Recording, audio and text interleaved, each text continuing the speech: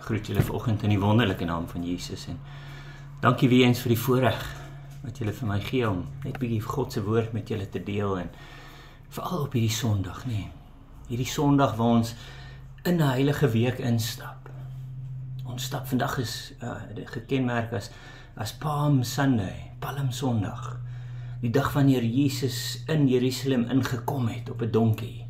En mense in die skare het daar gestaan en geskree: Hosanna, Hosanna in die hoogste. Dis daai Sondag wat ons vandag gaan vier. En ons lees vandag in elke een van die evangelies, Matteus, Markus, Lukas, Johannes, elke een skryf iets oor hierdie besonderse belangrike storie. Want is iets wat ons moet vier, ons moet onsself voorberei. Ek meen die Jode het al begin Vrydag, hulle het Vrydag voorberei, hulle huise voorberei vir die 8 dae fees van Pasga. Paasfees, die Pasga, het Vrydag begin in baie van die Joodse huise en hulle het soveel tradisies waardeur hulle moet gaan of dinge wat hulle moet doen, wette wat hulle moet doen om hulle huis skoon te maak, om hulle self voor te berei, om hulle families voor te berei, om hulle huis voor te berei, want hulle besef wat gebeur het daai aand met daai eerste Paasmaaltyd, nee. Daar waar die Israeliete hulle was slawe, hulle het daar gelewe en die eerste 9 wonderwerke het gebeur, daai wat Moses gedoen het en die 10de een moes kom en God het vir hulle daai opdrag gegee: as jy jou huis nie reg maak nie, gaan jy sterf. En dit is nie soos ons dit vandag ken nie, ek meen dit is daai wat die eersgeborene gaan sterf. En ons lees die storie, ja, die eersgeborene van die Egiptenare, nee, almal sou sterf as hulle nie onder die bloed van die perfekte lam was nie. En dis wat hulle vier, en dis hoekom dit so belangrik is om hulle huise skoon te maak en rein te maak en hulle self voor te berei sodat hulle gedagtes gefokus is op God en God alleen. So hulle maak alles reg en hulle vier hierdie tyd en hulle gaan in hulle stilte tydperk in en hulle het 'n feesmaaltyd wat hulle geniet saam as familie onder die wet van Moses. En ons kom vandag en ons het nie meer daai wet nie, want God het die wet vervul deurdat hy sy seun gestuur het, Jesus Christus, om vir ons te sterf. En dit is die belangrikheid van vandag, die intog in Jerusalem, die intog van Jesus in Jerusalem. Die profeet het daarvan gepraat en gesê hy sal kom op 'n esel, hy sal kom op 'n donkie. Hoekom? Want hy kom nederig as 'n koning.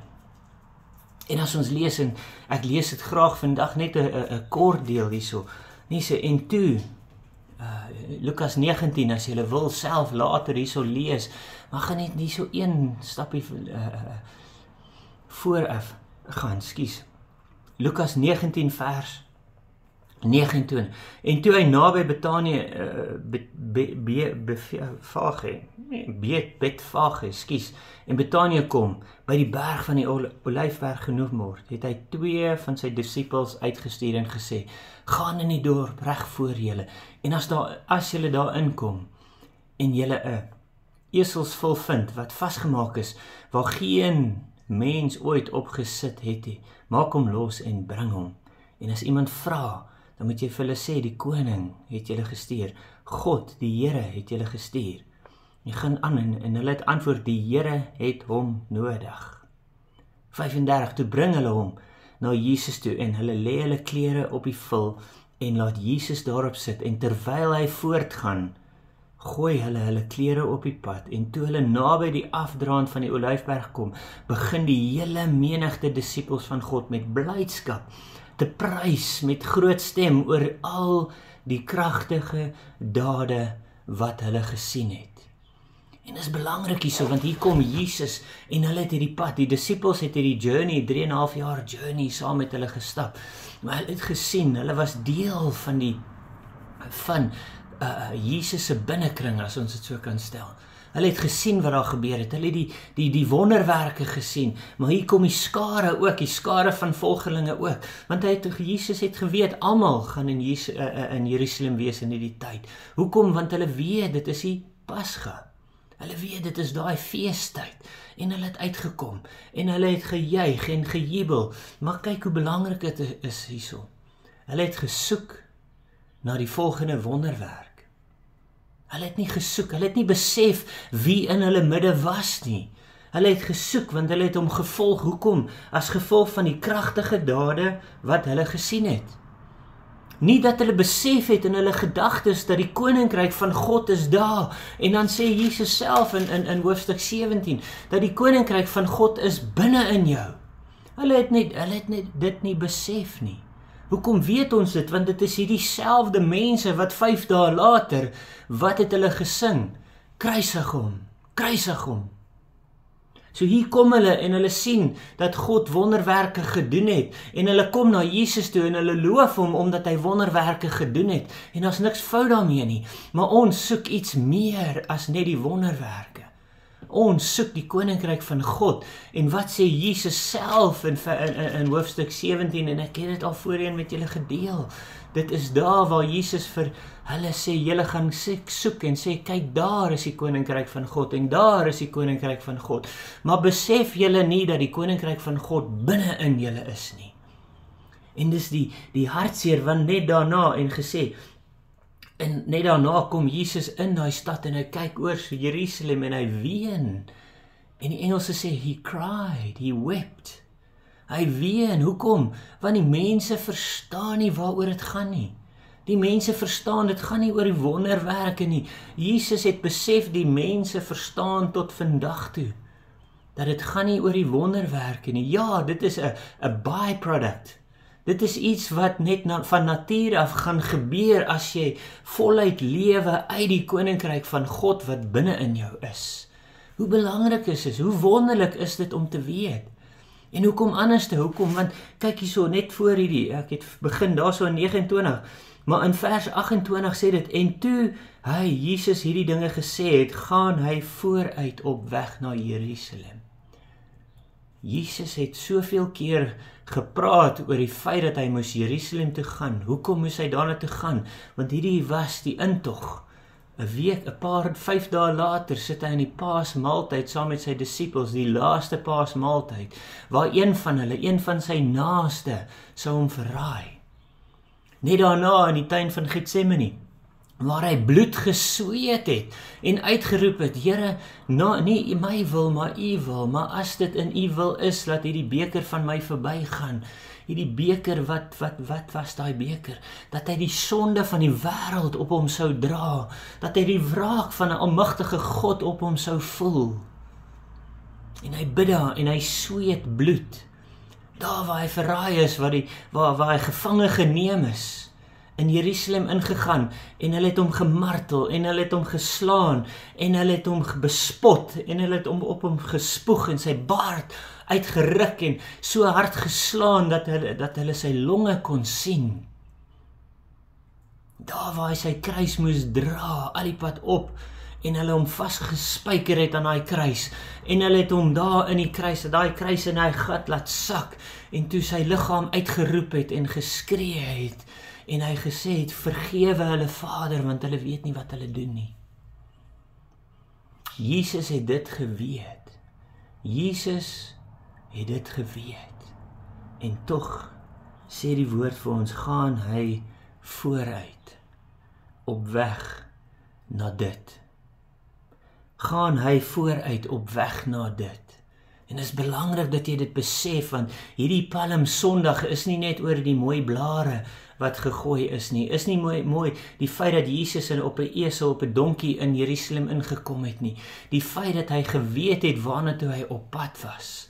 Maar hoekom? Sodat hy daar kan sê, dit is volbring. Sodat hy daar aan die kruis kon sê, it is finished. Jy hoef nie meer die sonde van die wêreld op jou te dra nie. Jy hoef nie meer jou eie sonde te dra nie en daarin rond te stap en te sê, ek is maar net 'n sondaar, ek is maar net 'n sondaar, ek is maar net 'n sondaar. Jy hoef nie meer in daai kringloop te lewe nie. Jy kan in oorwinning lewe, want jy besef dat dieselfde krag wat binne in God is, wat hom uit die dode uit laat opwek het, wat hy daar sit aan die regterhand van God, is nou binne in jou, en dat jy daaruit sal lewe. Kyk wat sê dit hierso, hoekom het hy dit gedoen? Hebreërs 12 sê dit vir ons so mooi, nê?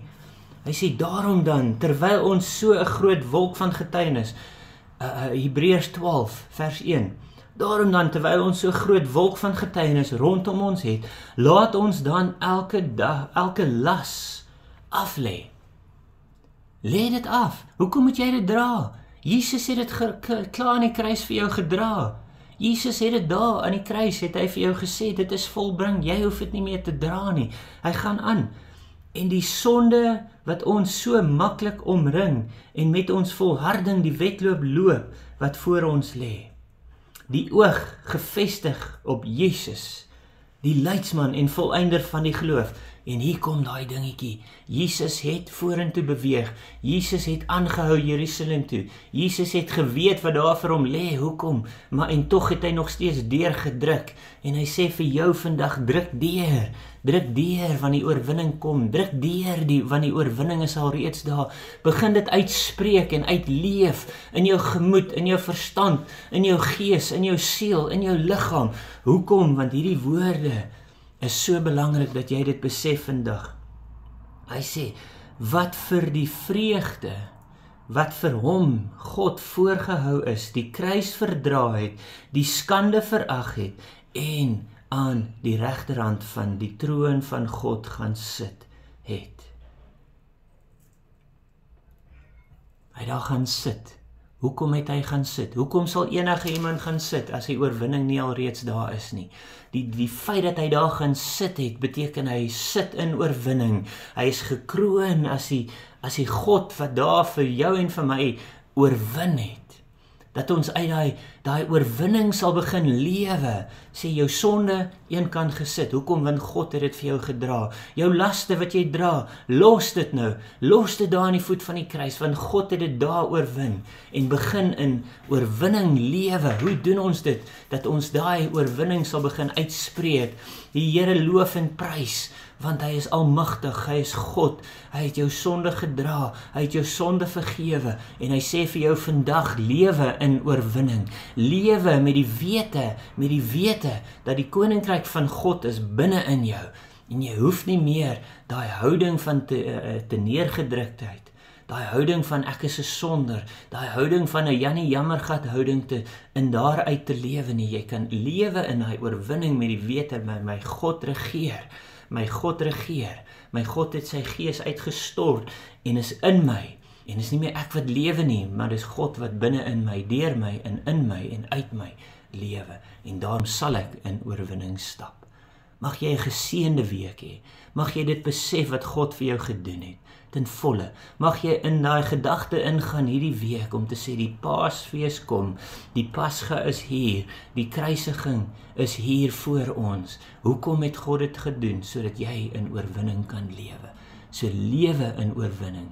Anders sê jy vir God, hy's 'n leienaar. Anders sê jy vir God, dit wat hy gedoen het, is nie goed genoeg vir my nie, want my sonde is groter as die kruisdood. Dis wat jy eintlik vir God sê. So lewe in oorwinning. Sê vir jouself, ek is 'n oorwinnaar. Ek is mee tot alles in staat deur Christus wat in my en deur my lewe. Mag jy geseënde week hê. As dit die Here se wil is, praat ons weer Vrydag nê. Goeie Vrydag, hoekom? Want die daad wat God vir ons gedoen is 'n goeie daad. En ons herdenk dit. En ons herdenk dit in hierdie week in. Dat ons in oorwinning sal begin lewe. Ek groet jou vandag in Jesus naam.